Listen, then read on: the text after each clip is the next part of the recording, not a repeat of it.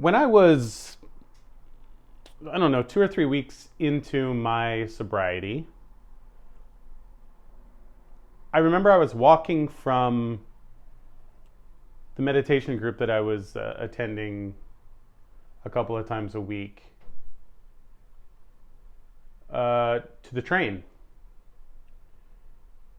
And as I was walking, I became aware that within me,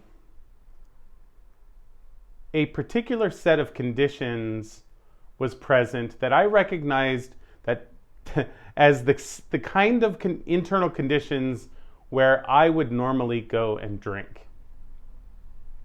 I remember having the feeling like it's partly there's like a kind of global just discomfort.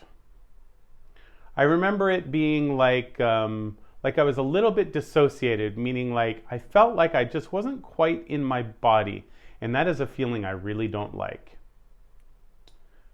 I remember also feeling like almost like I was a car where my engine was revving, but I wasn't going anywhere. It was sort of like this sort of like activation of my nervous system for no reason.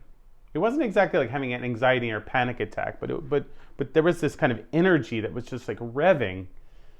But it made no sense given the particular conditions of my life at that moment. And all of this together was just a very uncomfortable set of conditions. And it was exactly the feeling that I often had. I'd been drinking very regularly for about 13 or 14 years before that. And this was the set of feelings that I had that would always make me get up and go to the corner store, or, you know, if I was in the East Village or something in New York, go to the bars, many of the familiar bars. Shut up.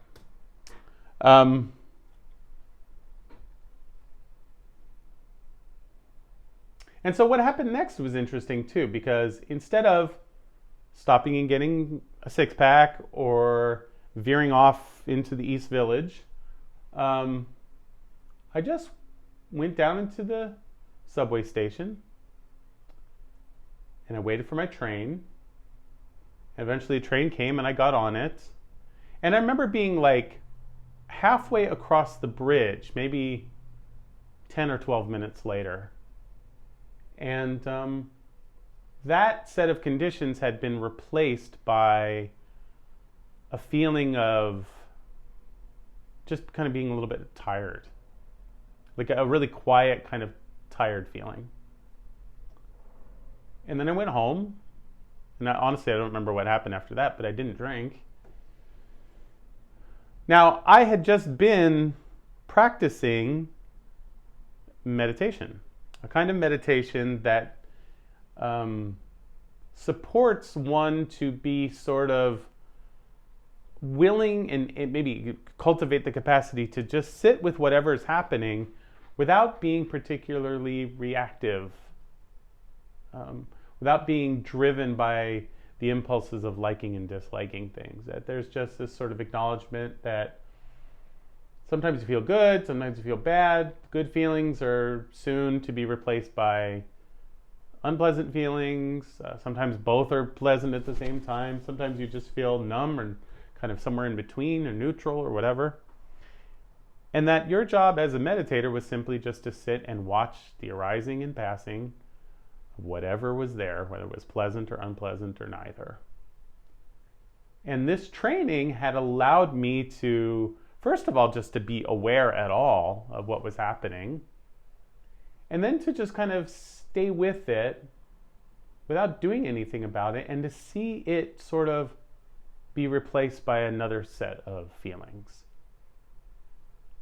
So in that little moment was a whole bunch of really important lessons that allowed me to stay sober now for 18 years. I'm going to be 18 years sober next week.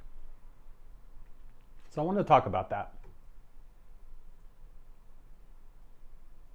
The first thing that I learned in that experience was that there's this kind of, I think, unexamined notion that if you're somebody who has engaged in what we would call addictive behaviors, so there are these patterns of behavior, that means that you are an addict, and that just a feature of your addictness is that you are drawn to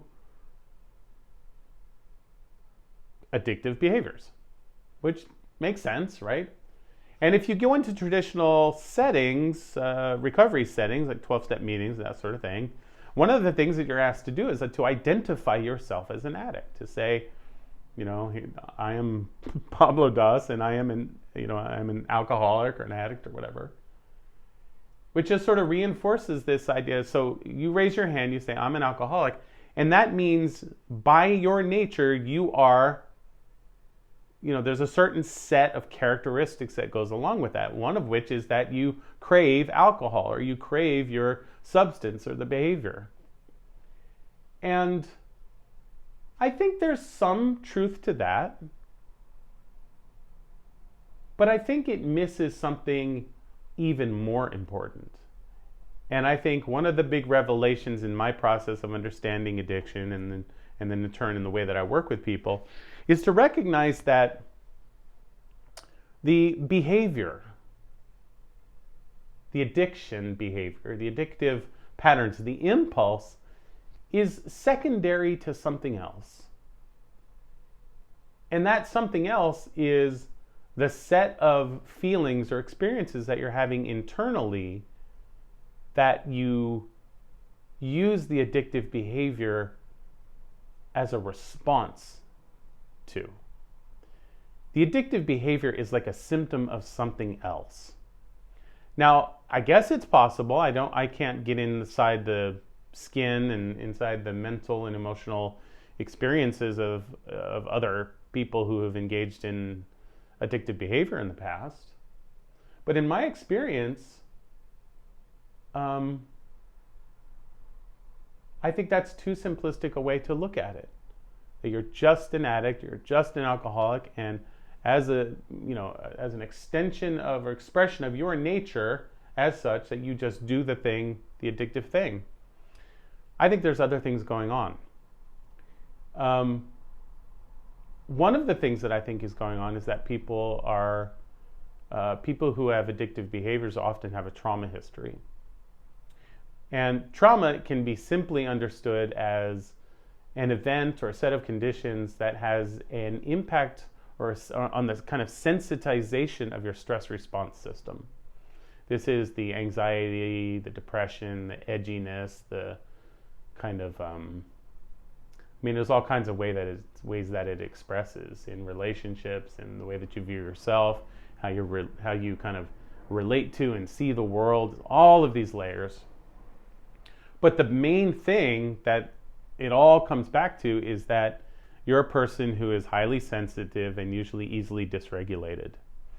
And it is in that dysregulation, the anxiety, the revving of the motor that I was just talking about, the dissociation, all kinds of those physiological, emotional, psychological experiences.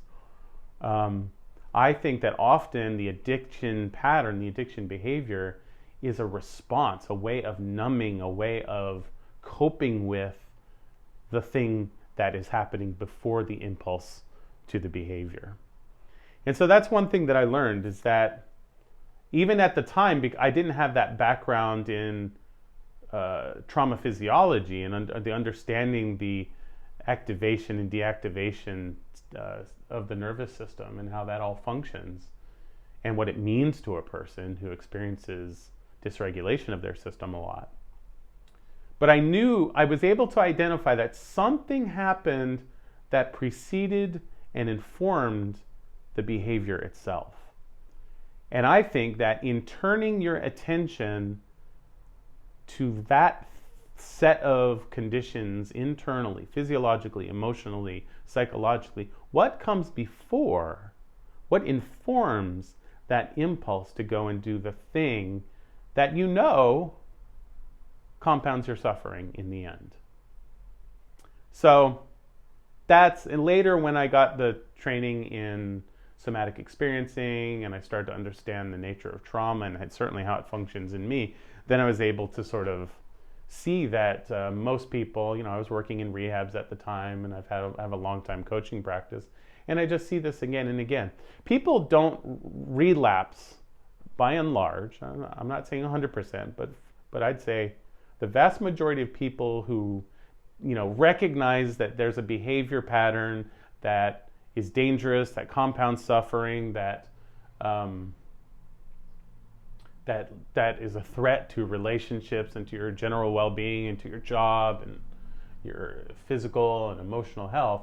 People engage in those behaviors not out of a grasping at pleasure. I mean, sometimes it can be that, but at pushing away something else. And that is a key difference in understanding the nature of addiction in my view. People think addicts crave the thing. And I don't think that's what it is. I think addicts mostly are having an aversive reaction to something else. They crave the numbing of that thing. But that most people relapse not by going out towards something, but by pushing something away. And once you understand that difference, that's a big shift. So there's a couple other things, and I'm already well into this video, so let me just try to summarize.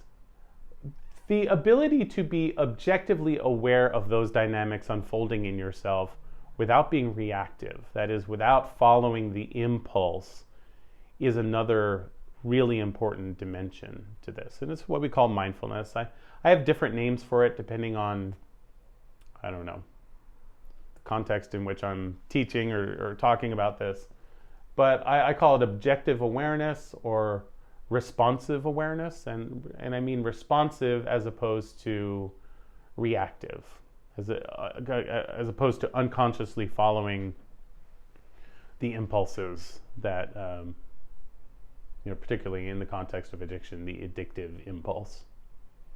So being able to cultivate mindfulness, that objective awareness, which is simply an ability to sort of give some space between your awareness and what is actually happening, an ability to objectively be aware, to have some perspective, to be able to identify like, oh, I'm a little dysregulated, I'm a little dissociated, there's some revving of the engine, So that's a key piece. And so mindfulness training is really, really critical in, I think, a successful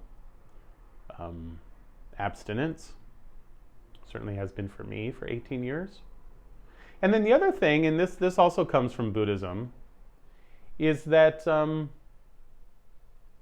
if I waited 12 minutes in that scenario, in that story back in New York where I waited on the train, and if I waited 12 minutes, that set of conditions, which normally I might have, would have provoked a whole pattern, which had been me being intoxicated all the night, and then maybe waking up late and being hungover and all of that sort of stuff.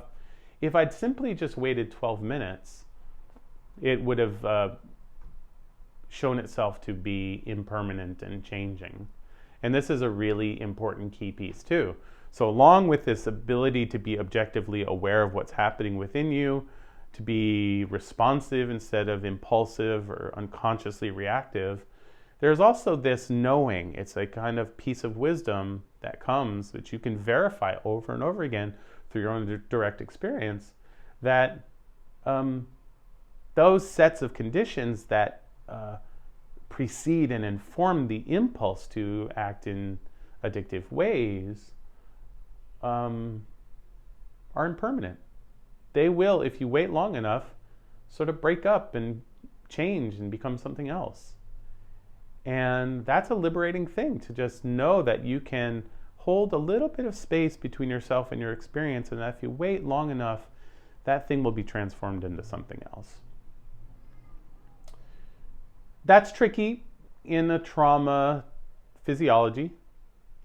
because sometimes it's longer than 12 minutes, sometimes it's a day or two or longer. But then there's, the responsive piece of like, well, how do I respond to this kind of bigger dysregulation in my system? And that's a whole other set of skills that one can develop in,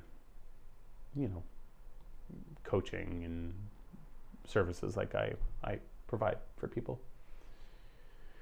So just some thoughts about addiction, the nature of it, how I think about it, and how I practice with it in my practice and in my own life.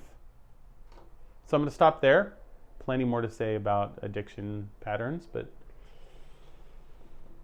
those are some of the kind of key concepts. I've